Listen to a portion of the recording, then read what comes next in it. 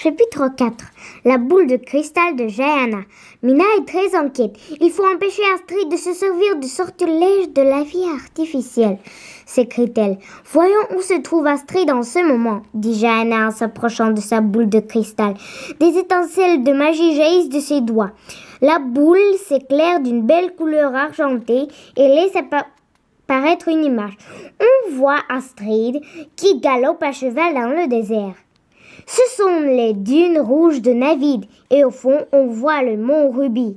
Mais qu'est-ce qu'elle fabrique là, dit Jaina. À moins que quoi, demande Mina.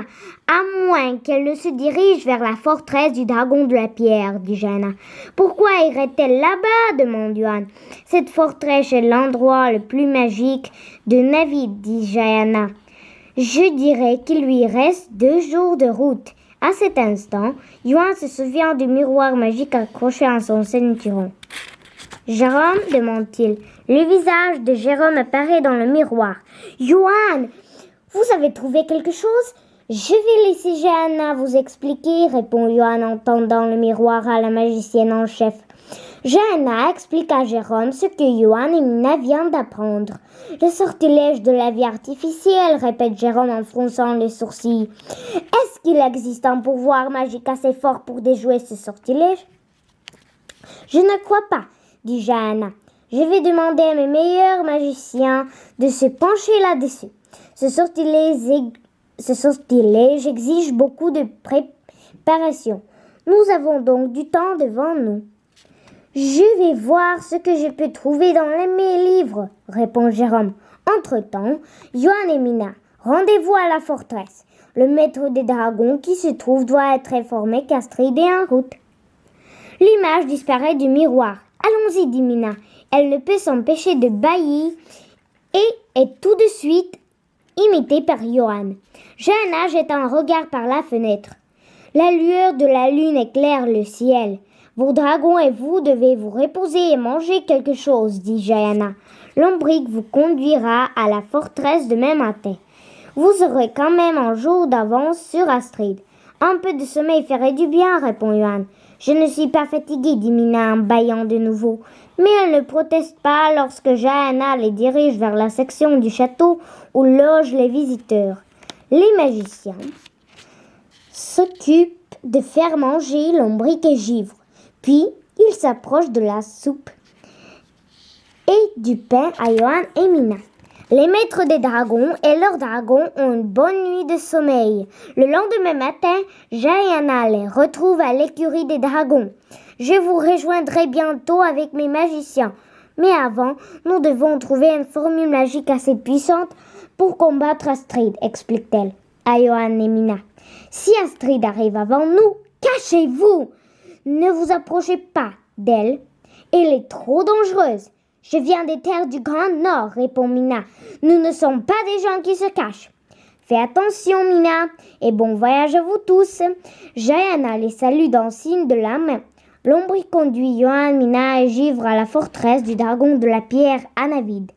Une fois sur place, Yohan sent la chaleur du sable du désert à travers de ses chaussures. Plissant les yeux, il examine l'imposante forteresse. Elle comprend 8 tours reliées entre elles par une muraille en pierre. « Qui va là ?» dit une voix provenant de la tour la plus proche. Chapitre 5. L'intérieur de la forteresse. Yohan répond d'une voix forte qui fait écho contre les murs de la forteresse en pierre. C'est Yohan et son dragon Lombric avec Mina des terres du Grand Nord. Et voici mon dragon Givre, ajoute Mina. Pouvons-nous entrer, demande Yohan. Nous venons en amis. Et nous devons vous avertir de quelque chose. Qu'est-ce qui me prouve que vous dites la vérité, répond la voix.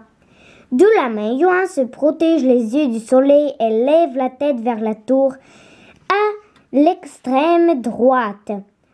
Il voit un garçon aux cheveux foncés avec une pierre du dragon qui reluit à son cou. « Nous sommes des maîtres des dragons comme toi, répond Yohan en brandissant sa propre pierre du dragon. Et comment savoir si vous venez vraiment en ami, continue le garçon d'un ton méfiant. Yohan remarque alors un grand dragon gris aux côtés du garçon. C'est sûrement le dragon de la pierre, se dit Johan. Lombric va expliquer à ton dragon que nous te voulons pas de mal. Eh bien, qu'il le fasse, crie le garçon.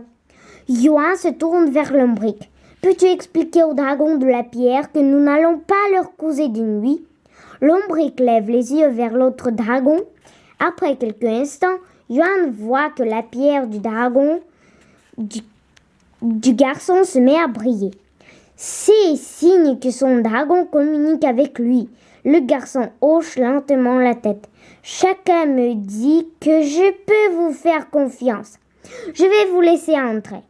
Le garçon et son dragon disparaissent du haut de la tour. Puis Johan entend un grincement devant eux.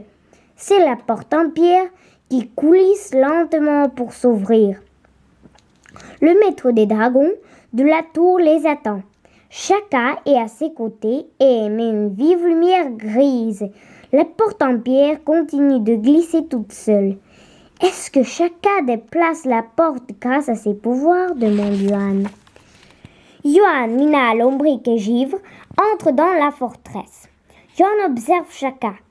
Elle a une allure très constadue.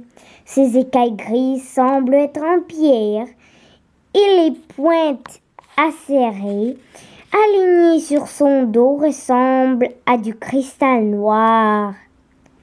Le dragon de la pierre commence à émettre une lumière et la porte se referme derrière eux. « Ouh là là !» s'exclame Johan. « Chacun est-elle capable de faire bouger les choses par la force de son esprit? Lombric, mon dragon de la terre, peut lui aussi faire cela. Chacun peut communiquer avec n'importe quel objet en pierre, répond le garçon. Et je me présente, Gaspard, dit-il en souriant pour la première fois. Johanna, la magicienne en chef, nous a dit que cet endroit était très fort en magie, dit Johan. C'est vrai, répond Gaspard. Venez, je vais vous montrer le jardin des créatures. Marchant à la suite de Gaspard, Johan et Mina traversent une cour intérieure. D'immenses blocs de pierre surgissent du sol. Certains sont plus gros qu'un dragon. Gaspard les émène dans une autre cour. Cette fois, ce sont de gros os qui jonchent le sol. Des centaines d'os. Certains sont aussi longs que Lombric et aussi gros qu'un tronc d'arbre. Mina et Johan n'en croient pas leurs yeux. Des ossements, dit Mina. Se pourrait-il castrer et l'intention de les ramasser à la vie, s'écrie Johan. Chapitre 6. Le jardin des créatures. Étonné, Johan et Mina se regardent. Qui est Astrid? Demande Gaspard. C'est pour te mettre en garde contre elle que nous sommes ici, dit Johan. Astrid est une magicienne maléfique.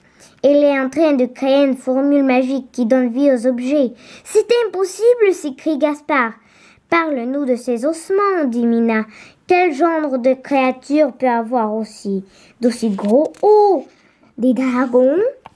Ce sont les ossements d'animaux gigantesques qui vivaient sur Terre il y a très longtemps, bien avant les humains et probablement même avant les dragons, répond Gaspard. Venez. Gaspard les invite à s'approcher dans des murs de pierre. Regardez, il y a des peintures de ces créatures ici. On pense que c'est à ça qu'elles ressemblaient. Johan étudie les peintures. Certaines des créatures ont un très long cou, d'autres une très longue queue. Certaines marchent sur 2 pattes et d'autres marchent à 4 pattes. Elles ressemblent un peu à des dragons, dit Johan.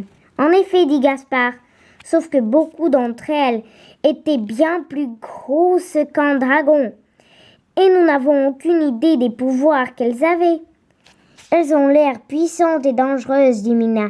Astrid a probablement l'intention de s'en servir pour faire quelque chose d'horrible.